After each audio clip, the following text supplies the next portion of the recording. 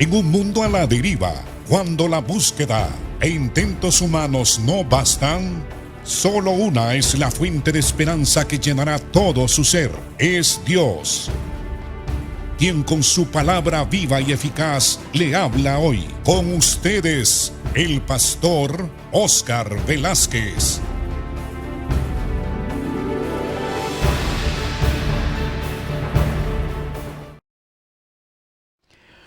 Amados hermanos, Pablo declara que una de las cosas que provoca la ira de Dios sobre nosotros, sobre toda la raza humana caída, es el hecho de que el hombre ha negado a su Creador y que esa negación no es justificada, no tiene justificación alguna. Pablo usa lo que los teólogos llaman el argumento cosmológico. Es decir, que la ira de Dios se revela contra toda impiedad, toda injusticia y maldad de los hombres, porque los hombres deliberadamente en una actitud de rebelión niegan la existencia de su Creador. Y Pablo declara que no tienen excusa porque las cosas creadas revelan la deidad, el poder, la sabiduría, la inteligencia de Dios. Cuando usted y yo levantamos la mirada en un cielo estrellado, quedamos maravillados. Y ahora con mucha más razón porque a través de la televisión y ciertos programas científicos, nosotros podemos ver los miles y miles y millones de galaxias que ahora se pueden ver por causa de los telescopios modernos.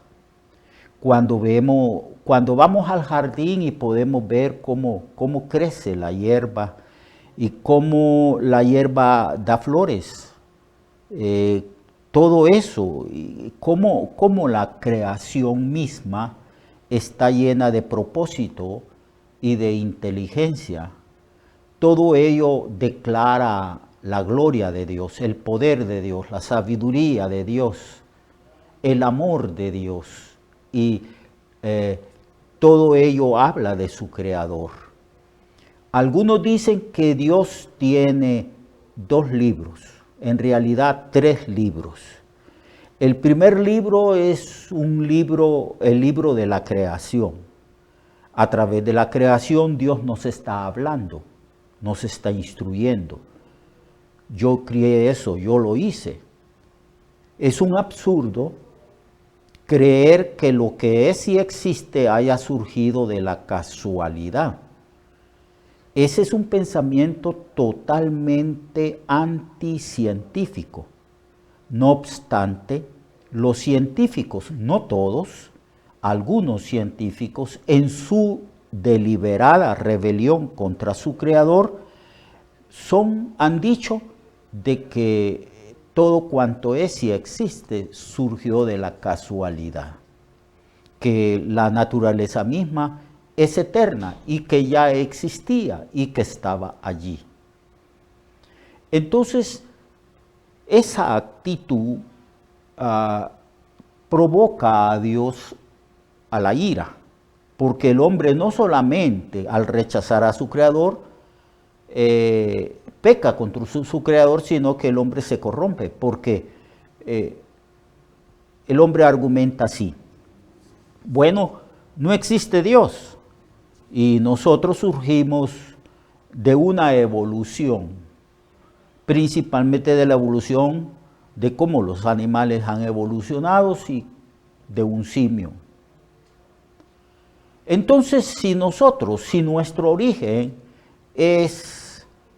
proviene del reino animal, entonces no existe obligación de vivir una vida de moralidad, de ética.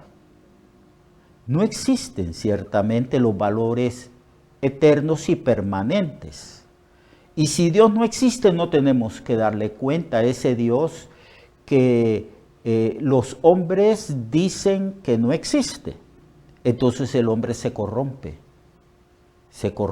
vive corrompiéndose, corrompe los valores, se corrompe a sí mismo, hace toda clase de maldad.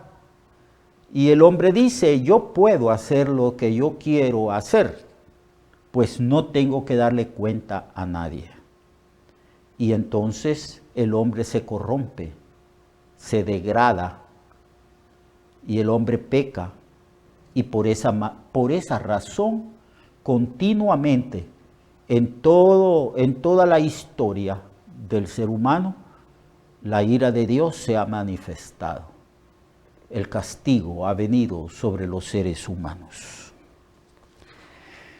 Por esa actitud, el problema, hermanos y amigos, el problema del ser humano no es un problema intelectual. No es que nos hace falta intelecto, sabiduría, inteligencia para comprender la existencia de un creador. No, de ninguna manera, porque lo creado habla del creador. Si lo creado es sumamente inteligente y está gobernado por leyes inteligentes, entonces el que nos hizo es un ser inteligente. Si nosotros vemos un reloj, asumimos que el reloj no se hizo a sí mismo, sino que hay un relojero. Hay alguien que es sabio y entendido y que ha organizado y ha orquestado bien todas las piezas del reloj para que funcionen. Todo está lleno de la inteligencia y sabiduría de Dios. Entonces no es un problema de tipo intelectual, no, de ninguna manera.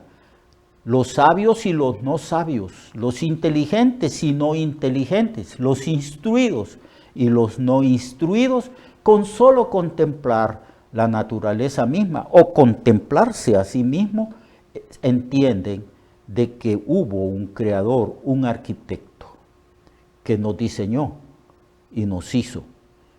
Y la Biblia declara que nos hizo a su imagen y a su semejanza. Entonces, ¿cuál es el problema? Si no es un problema intelectual, es un problema de actitud, de rebelión. No sabemos, quizás por el pecado mismo o por la influencia de Satanás en este mundo, el hombre se ha rebelado y asume una actitud rebelde frente a su Creador. El hombre es, podría decirse, como un hijo rebelde, que recibe todo bien de parte de su padre, pero que odia a su padre, que rechaza a su padre y que no quiere vivir de acuerdo a las normas establecidas por su padre en el hogar. Así es el hombre. Dios es nuestro creador y el hombre no quiere vivir de acuerdo a las normas establecidas por él. Es un problema de actitud. Por eso Pablo dice que profesan ser sabios, pero que se hicieron necios y cambiaron la gloria de Dios en semejanza de hombre o de animales. Empezaron a adorar a los animales. Hay muchísimas, pero muchísimas religiones en Honduras, en Centroamérica y en todos los continentes de este mundo, en todas las razas, en todas las culturas. Bueno, los hombres profesan una multitud de confesiones de fe, o sea, de religiones. Y muchas de esas religiones son idólatras, adoran a las personas, elevan al ser humano a la dignidad y honor de una deidad y se arrodillan y le piden a esas personas y construyen, edifican altares y ahí ponen estatuas de madera, de metal, de piedra o de cualquier otro material. Y se arrodillan ante esas imágenes. ¿No es un absurdo eso? Y le piden a esa imagen creada a semejanza del hombre, en vez de adorar al Creador. La idolatría es muy palpable, ha sido muy evidente a través de toda la historia, y los historiadores y todas aquellas ciencias que se dedican a escudriñar el pasado histórico del hombre, ven que ciertamente en toda cultura se practicó la idolatría. Y la idolatría no solamente, hermanos y amigos, es adorar una imagen hecha por el hombre. La idolatría también es aquello que ocupa el lugar que le corresponde a Dios en el corazón y en la mente del hombre. Un hombre o una mujer puede idolatrar una ideología política. Todo aquello que ocupa el lugar de Dios es un acto de idolatría. Un hombre y una mujer aman más a sus hijos que a Dios, cuando el mandamiento supremo, el principal deber del hombre, es amar a Dios sobre todas las cosas. Entonces, la idolatría es un resultado de haber negado la existencia de un creador. Y después de la idolatría viene el hecho de que el hombre quiere vivir como él quiere vivir. Quiere vivir disfrutando de los deleites temporales del pecado. Y en abierta rebelión contra los principios de Dios. Y el juicio de Dios se revela porque como Dios ha luchado y sigue luchando, el Espíritu Santo sigue contendiendo, esa es la palabra bíblica, con el hombre, tratando de persuadir y de mitigar la expresión de la maldad y de la depravación humana. Pero llegan momentos, amigos y hermanos, en que Dios hace un juicio sobre esas personas a las cuales les ha estado amonestando y hablando que dejen de vivir así. Entonces Dios los deja a su suerte, los deja a la esclavitud de su pecado, y ellos reciben en sí mismos la retribución de su propio extravío. En el verso 24 del capítulo 1 del libro de Romanos que estamos estudiando, dice Pablo, por lo cual también Dios los entregó a la inmundicia en la concupiscencia de sus corazones, de modo que deshonraron entre sí sus propios cuerpos. Cuando el hombre persiste en el pecado y no quiere de ninguna manera acatar las amonestaciones y advertencias divinas, cuando el hombre quiere vivir en contra de todas las normas establecidas en la sociedad misma, entonces Dios los abandona. La palabra entregar es abandonar. Es algo así como que Dios dice, bueno, no quieres hacer mi voluntad, no quieres vivir de acuerdo a las normas éticas y morales establecidas, no me quieres adorar, no quieres vivir para mí, entonces Dios los abandona, los deja. Y el hombre se corrompe más y más porque ya no hay restricción alguna.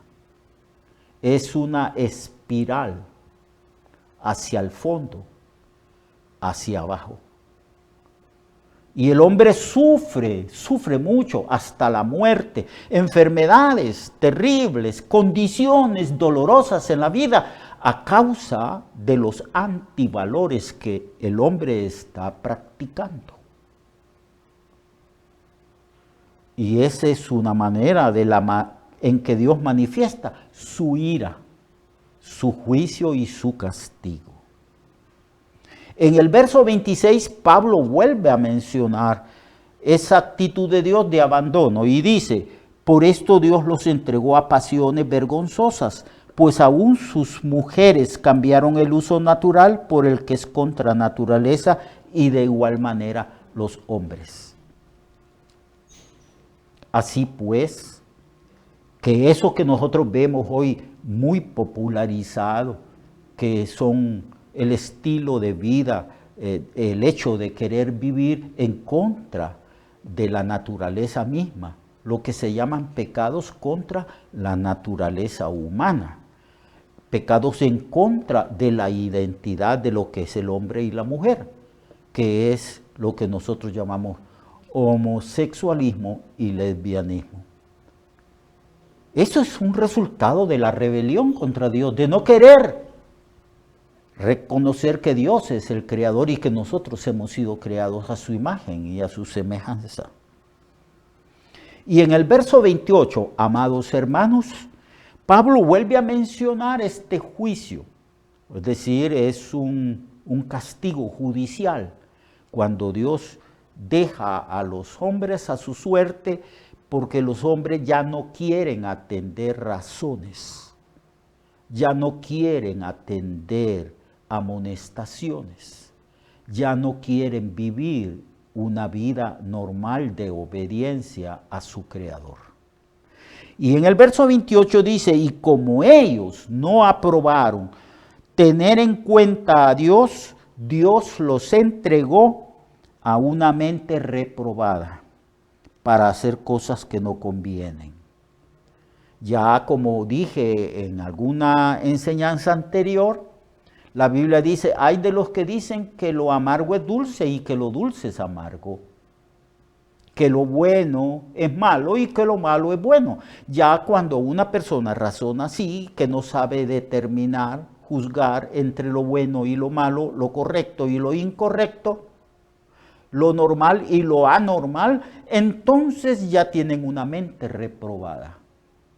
Un hombre frente al espejo se contempla a sí mismo, su configuración anatómica, se sabe de que es un hombre, pero la mente está tan reprobada que el hombre dice, yo soy mujer.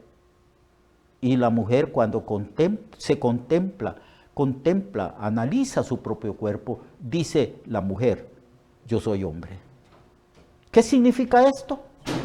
Que el hombre tiene una mente ya reprobada, ya no entiende, está confundido, está totalmente confundido.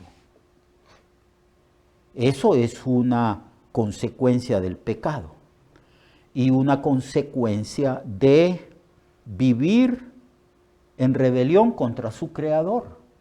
Y Dios los ha abandonado a su propia suerte y los ha abandonado a las consecuencias de sus propios pecados y de ese estilo de vida totalmente absurdo y pecaminoso.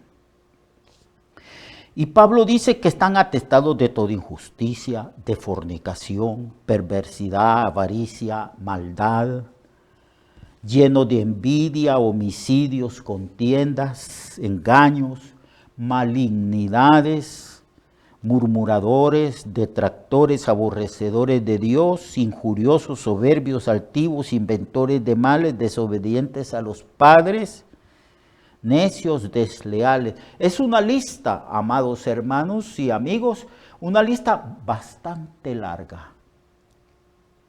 Cosas semejantes a esta, el etcétera de Pablo.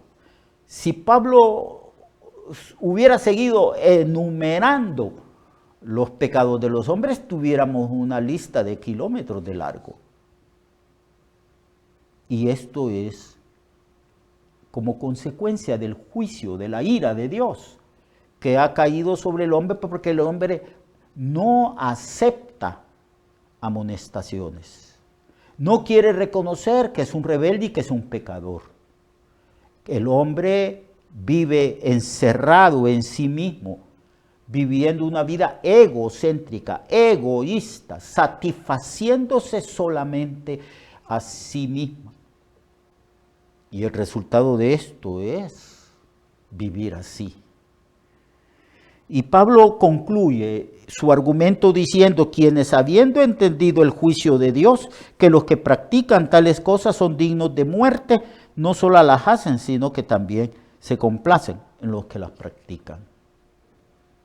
El hombre es digno de muerte.